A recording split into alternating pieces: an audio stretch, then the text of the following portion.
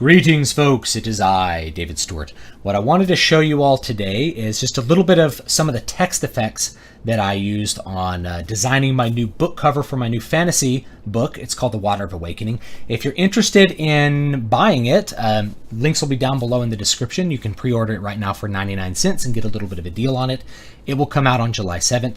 Incidentally, also, all of my other books will be out this week as well as free books for a limited time only. Links again will be down below in the description. Right now I have one book for free, which is Garamesh and the Farmer, which is a little fairy tale I wrote and put out at the end of last year just to sort of test out Amazon's ACX Audible system. But nevertheless, it will be free today through the end of the week as well. Starting tomorrow, which is actually my birthday, I'm celebrating my birthday Hobbit style a little bit. You can get my other books for free as well for a limited time, just a couple of days. So please do grab those and read them. And if you're worried about not helping me out by getting the book for free, don't worry about that. One of the best ways you can actually help me out is to leave a review on Amazon. That actually helps me out a whole lot more than you probably realize. But without further ado, let's take a look at my document, and I'll show you exactly some of the stuff that I did for this book cover. Now, I usually design my book covers in Inkscape, which is a free program. So free, I like free. And I like it because it's a vector-based program, which means when I create all these text effects, they scale up and scale down really, really well. So you can render them at a whole bunch of different resolutions and they look equally good. This is like similar to Adobe Illustrator, which is also a vector-based program. But I like this one a lot for doing layout. The image, by the way, is not mine. It is created by Kerning. If you don't know who Kerning is, he's a Turkish artist, concept artist, and illustrator. If you're a fan of the channel, you might recognize him from Twilight Force's last record. He did all the art for the last Twilight Force record and it looked great. I wanted to use some of his art for this book. This is, by the way, a licensed image because of scheduling and some other things. I couldn't do a commissioned image for this one. Maybe the next one, we'll see. But it works, pegs the genre, that's what I really need. Now, the reason that I'm showing this to you is not just to show it to you so you can do it for your design projects, but also because I want to redo the text a little bit. Let me show you the Amazon thumbnail. If you look at the thumbnail on the Amazon page, it doesn't look bad at all, but the text is a little bit blendy in. It doesn't quite pop out as much and isn't quite as legible as other texts are going to be. And if I take this and I actually zoom it down to like thumbnail size, you'll see that it's quite difficult to read. That's because I haven't done all these text effects. So I wanted to show you how I do the text effect. This is sort of the text effect that I used as my final text before. And you can see it's got kind of a foil ripply texture, and I wanted to show you how to do that in Inkscape. And you're going to use essentially a texture and some clipping functions to perform what I'm going to show you. What I did is I actually sized up to a bold version of the font. The font that I'm using, by the way, is Stencil. Two different versions. There's a regular version and there's like a decorative character version. I mixed them up so that some of the characters have these little extra little lines coming off of them. Some of them are just standard serif font characters. And I think it creates a good aesthetic with that mixture there. Anyway, so I went with the bold font, so that'll hopefully make the Water and Awakening words a little bit easier to read in the final version. I've taken that redesign and I've copy pasted it twice. And I've also copy pasted the texture twice. Now, before I go any further as well, let me also direct you to another channel called Nick Saporito. He does a lot of Inkscape tutorials. I know that I'm focusing on book design.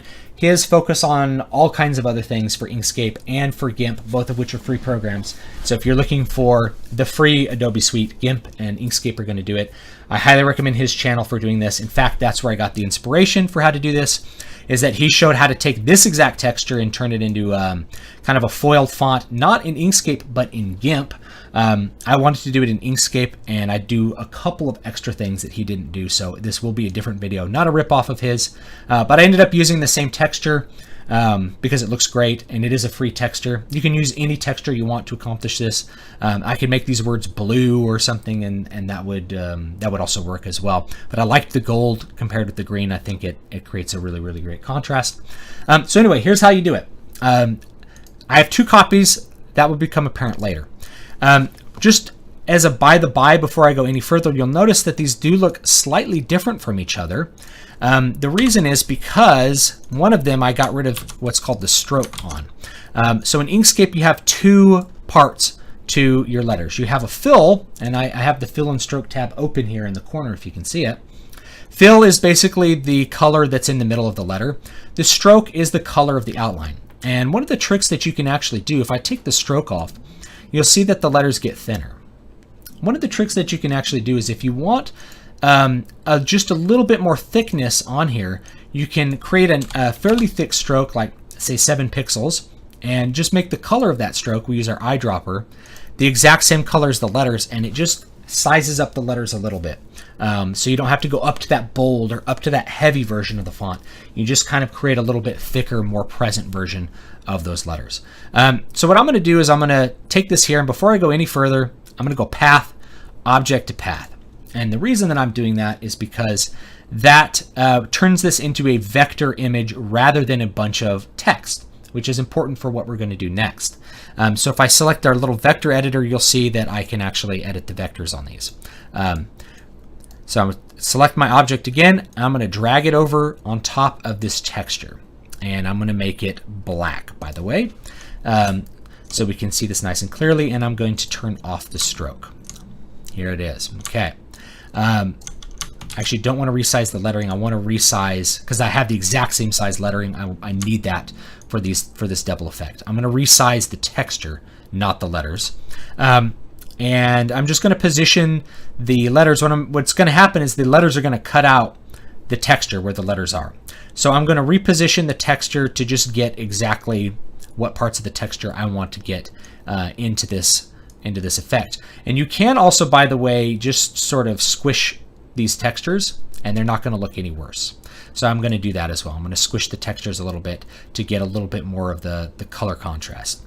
Then you select both objects. You go to Object, Clip, Set, and then you have a clipping of the texture. That's the first step. Eventually we're going to get it to look like this. I'm essentially remaking what I did before. We're going to go back to our first one here. And this is a quirk of Inkscape. But before we make this one into what I want it to be, we kind of have to double click it and get rid of the group selection. So we want to get individual letters. And then from there, we can select all the individual letters. We're going to go Path, Stroke to Path. Not Object to Path, but Stroke to Path. That's the outline. And what you'll get at the end of that is just the outline of the letters. From there, you can go to Object, Group, and you can group the object back into its original version. From there, we're going to raise it up to the top and move it on top of the texture, or we can just move the texture down to the bottom. That works too. So here's our text. I'm going to make that black as well. And I'm going to do the same thing I did before. I'm going to position this where I want the texture to be. And what I'm going to do with this texture is, rather than having it be the same, I'm just going to flip it. I'm going to flip it right there so that the dark is on the right and the upper left, and we have light and light. And this is going to create a very interesting effect when I'm done with it. Then from there, I could position the text to make sure that I'm getting exactly the parts of the text I want to get into it, which is going to be there we go. And again, you can squish this texture as much as you want. So if you want to squish the texture in, that'll work fine as well. Select both objects, Object, Clip, Set. Now I have both of these little objects here, and they look pretty cool. Now the thing about Inkscape here, and what I'm going to do, I'm going to show you a little preview of what I'm going to do.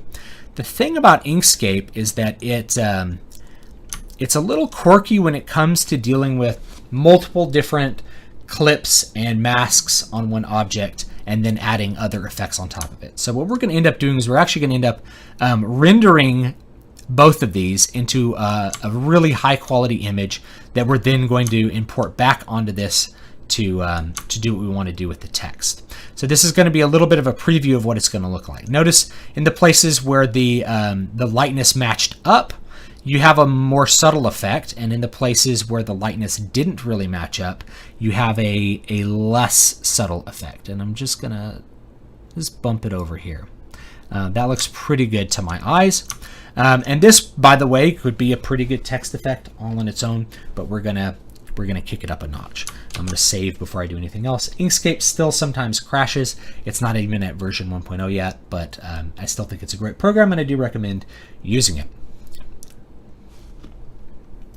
So we'll wait for all that to save. This is also a really huge file because I have extreme high res everything. Everything's really high res. So what I'm gonna do from here is, now that I have these two objects, I'm going to select both of them.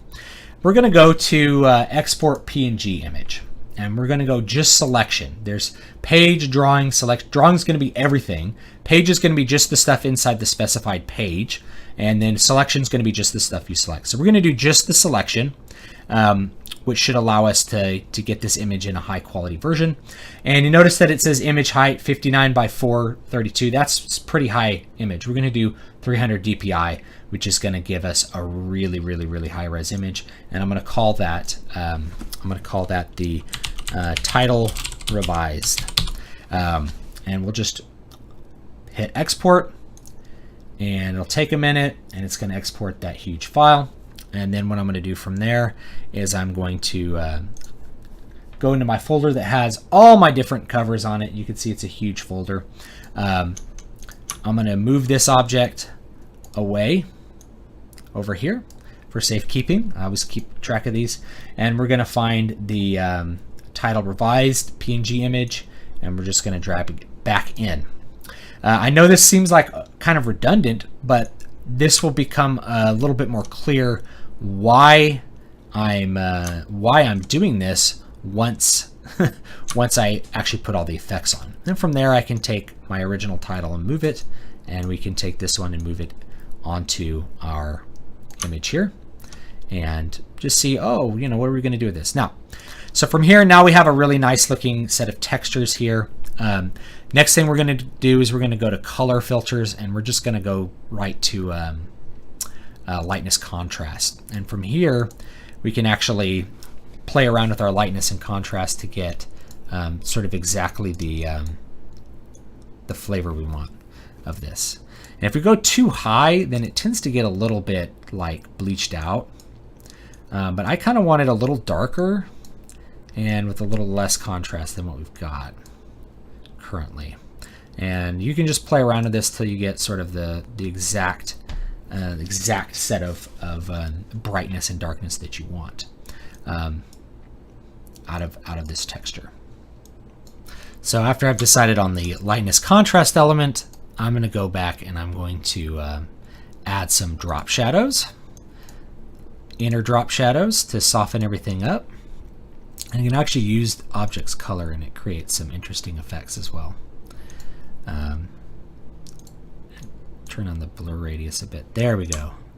That's a little closer to what I want right there. Sometimes I like to do another color just to sort of see exactly what I'm doing and see like how dark, there we go. This is a little bit closer to what I want. Yeah, there we go. Hit apply. You can do a bunch of these. And from here, now that I have my drop shadows on the inside of the letter to soften all of these two outlines. And what it ends up looking like, when you get really close, you can see that it's still, you know, a cutout, but it just looks like that you have shading around the letters. You have just a little bit of dimension over here to kind of make these letters pop out. And what I'm going to do from here is I'm going to do a couple of different drop shadows.